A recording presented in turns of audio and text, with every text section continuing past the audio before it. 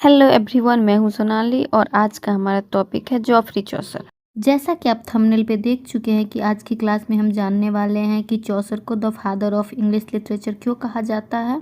ये जानने से पहले इस वीडियो में हम सबसे पहले इनकी कंप्लीट बायोग्राफी को जानेंगे। उसके बाद हम समझेंगे कि इन्हें the father of English literature क्यों कहा जाता है और भी इन्हें किन किन नामों से बुलाया जाता है। फिर हम जानेंगे कि अदर पोएट्स द्वारा इन्हें क्या ट्रिब्यूट्स दिए गए हैं। एंड इन द लास्ट हम इनके वर्क और उससे रिलेटेड वो सारे पॉइंट जो अक्सर एग्जाम में पूछ लिए जाते हैं उसको डिस्कस करेंगे। तो वीडियो में लास्ट तक बने रहें। उम्मीद है इस वीडियो को पूरा देखने के बाद चौसर से रिलेटेड किसी भी एग्जाम्स के क्वेश्चन को आप इजीली कर पाएंगे। तो चलिए अब इनकी लाइफ की जर्नी को शुरू करते हैं। दोस्तों, जॉफरी चौसर का जन्म 1340 में लंदन में हुआ था। इनके फादर का नाम जॉन चौसर है जो कि एक वाइन मर्चेंट थे। बहुत सारे लोगों का कहना है कि इनके जो फादर थे वो शू मेकर थे, क्योंकि अगर आप चौसर शब्द को देखेंगे तो वह एक फ्रेंच ओरिजिन का वर्ड है और जिसका मतलब होता है शू मेकर। लेकिन ऐसा नहीं है, इनके फादर वाइन मर्चेंट थे। हाँ, ऐसा हो सकता है कि इनके पूर्वज शू मेकर रहे हो। वही इनकी माँ का नाम एग्नेस कैप्टन या एग्नेस दे कैप्टन है, जो कि अपने अंकल होमो दे कैप्टन, जो एक मुद्रा व्यापारी थे, उनकी संपत्ति मिलने के बाद एक वेल्दी वोमन बनी। इनकी वाइफ का नाम फिलिप रोएट है।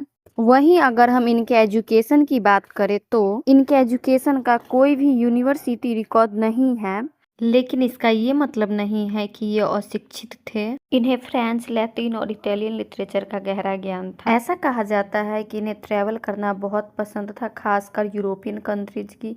हो सकता है इस वजह से इनकी इन भाषाओं पे अच्छी पकड़ रही हो और यही कारण है कि यह एक अच्छे पोएट बन के उभरे। ये इटालियन राइटर दांते पेट्रार्क और बोccaccio से काफ़ी हद तक प्रभावित थे।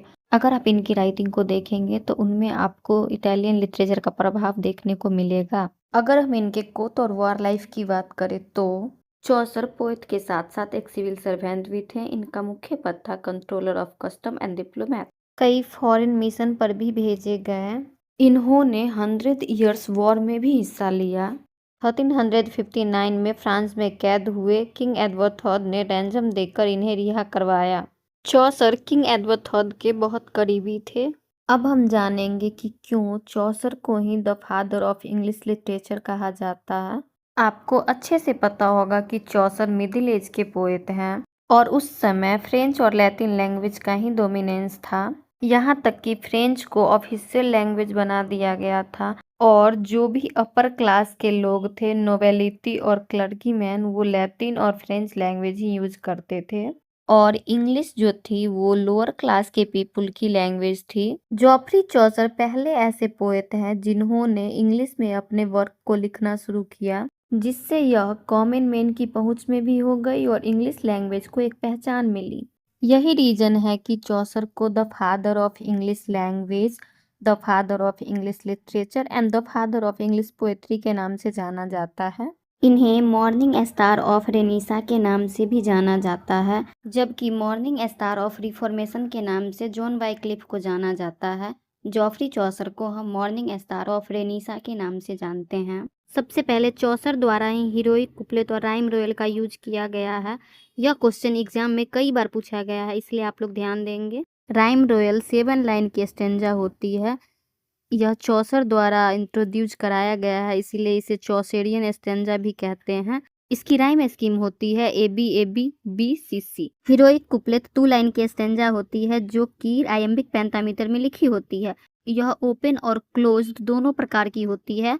चौसर ने जिसका यूज अपने वर्क में किया था वह ओपन थी। इन्हें पोएट ऑफ 3 किंग्स भी कहा जाता है क्योंकि इन्होंने अपने जीवन काल में 3 राजाओं को शासन करते हुए देखे हैं।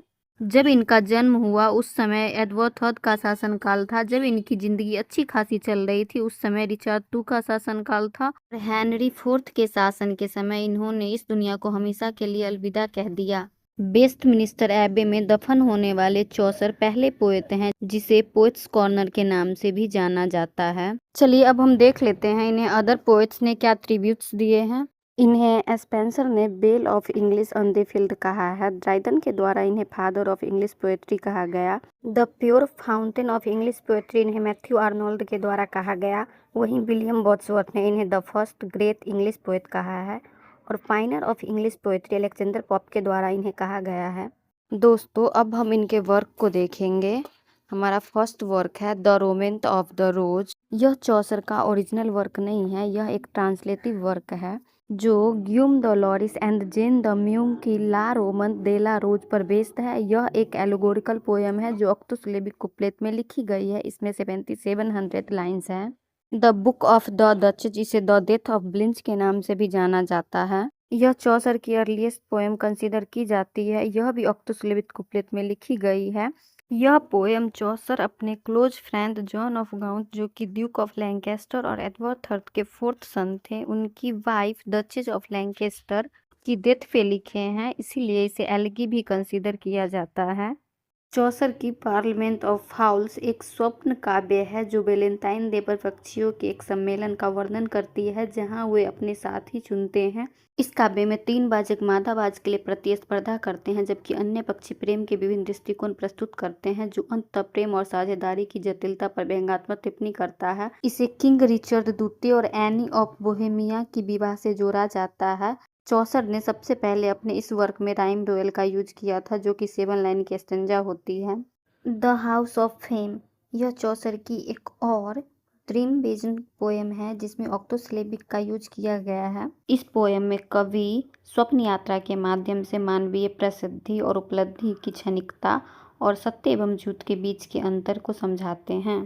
अब है हमारा ट्रोलस और क्रिसदा, जो कि एक ट्रेजेडी है। ट्रॉय के राजकुमार ट्रोलस और पुजारी कल्चस की बेटी क्रिसदे की, जो ट्रोजन युद्ध के समय पांडरस की मदद से एक दूसरे के प्रेम में पड़ जाते हैं। लेकिन क्या होता है, क्रिसदे को यूनानी शिविर भेज दिया जाता है जहां वह यूनानी देमोदस से प्रेम करने लगती है, जिससे ट्रोलस का दिल टूट जाता है और वह अंततः युद्ध में मारा जाता है। यह कविता प्रेम भाग्य और विश्वासघात को दर्शाती है। कवि ने इस पोएम को जॉन गोबर को डेडिकेट किया है। यह राइम रोयल में लिखी गई है और शेक्सपियर का जो प्ले है ट्रोलस और क्रिसदा, वो भी इसी पे बेस्ड है। एनीलिदा एंड एरकाइट, यह एक अधूरी कविता है जो प्रेम और धोखे की कहानी कहती है। इसमें एनीलिदा एक महिला है जिसे उसके प्रेमी एरकाइट द्वारा छोड़ दिया जाता है और वह अपनी शिकायत दर्ज कराती है, जिसमें एरकाइट के विश्वासघात और उसके प्रति घृणा को दिखाया गया है। The legend of good woman, जो कि फर्स्ट सिग्निफिकेंट वर्क है क्योंकि इसमें कवि द्वारा आयम्बिक पेंटामीटर और डेकासिलेबिक लाइन, जिसे हीरोइक कुप्लेट के नाम से जाना जाता है, उसका यूज किया गया है। इस कविता में कवि एक सपना देखते हैं कि उनसे प्रेम के देवता नाराज हैं क्योंकि कवि ने अपनी पिछली रचनाओं में उन महिलाओं की निंदा की है जिन्होंने पुरुषों को धोखा दिया था। रानी एल्सेस्ट के कहने पर चौसर को उन महिलाओं की कहानी सुनाकर प्रायश्चित करने का आदेश दिया जाता है जो पुरुषों के प्रति वफादार थी और उन्हें पुरुषों द्वारा धोखा दिया गया और सताया गया। दोस्तों अब हम बात करने वाले हैं चौसर के मोस्ट फेमस वर्क की, जिसे मास्टरपीस भी कंसीडर किया जाता है, जो है हमारा द कैंटरबरी टेल्स। यह एक शॉर्ट स्टोरी कलेक्शन है। इसमें जो कहानी है वो विभिन्न समाज के वर्गों के लोगों द्वारा सुनाई गई है, जो उस समय के चर्च के पाखंड और मानवीय स्वभाव, लालच, प्रेम, धोखे पर एक सामाजिक व्यंग है। कवि ने इस वर्क का आइडिया बोकासियो के डेकामेरॉन से ली है। इस कहानी में 30 पिलग्रिम्स होते हैं। चौसर खुद भी एक पिलग्रिम्स है। ये पिलग्रिम्स लंदन के टैवोर्ड इन से सेंट थॉमस बैकेट के तीर्थ स्थल पर जा रहे होते हैं। ये लोग रास्ते में एक सराय पे रुकते हैं जहां सराय के मालिक हैरी वैली के सुझाव पर मनोरंजन के लिए कहानी सुनाने की प्रतियोगिता रखी जाती है। हैरी वैली कहते हैं प्रत्येक यात्री 4 कहानी सुनाएगा, 2 जाते समय 2 आते समय, और वे होस्ट बनकर जज करेंगे और सबसे अच्छी कहानी सुनाने वाले को मुफ्त भोजन मिलेगा। हालांकि कवि ने 120 कहानी की योजना बनाई थी, लेकिन केवल 24 ही लिखी गई। सिर्फ 23 पिलग्रिम्स ही कहानी सुनाए। कवि द्वारा 2 कहानी सुनाई गई और इसमें रिटर्न जर्नी का भी कोई जिक्र नहीं किया गया, इसीलिए इस वर्क को अधूरा माना जाता है। दोस्तों इसमें द नाइट्स होते हैं जो पहली कहानी सुनाते हैं। इनका एक बेटा होता है द स्क्वायर, जिसके बारे में कवि ने कहा है he was fresh as in the month of May. और भी बहुत सारे किरदार होते हैं the monk, the cook, the doctor, the wife of Bath, जो कि एक इंटरेस्टिंग किरदार है। इनकी 5 शादियां हो चुकी होती है और यह अपने 6 हस्बैंड की क्लास में होती है। दोस्तों, कैंटरबरी टेल्स जो है वह एक स्टोरी कलेक्शन है। इसमें जितनी भी स्टोरी है सारी इंटरेस्टिंग है। अगर आप कहेंगे तो मैं इस पे एक सेपरेट वीडियो भी बना दूंगी। अगर यह क्लास आपको अच्छी लगी हो तो वीडियो को लाइक करें और चैनल को सब्सक्राइब करें। मिलते हैं अगली क्लास में।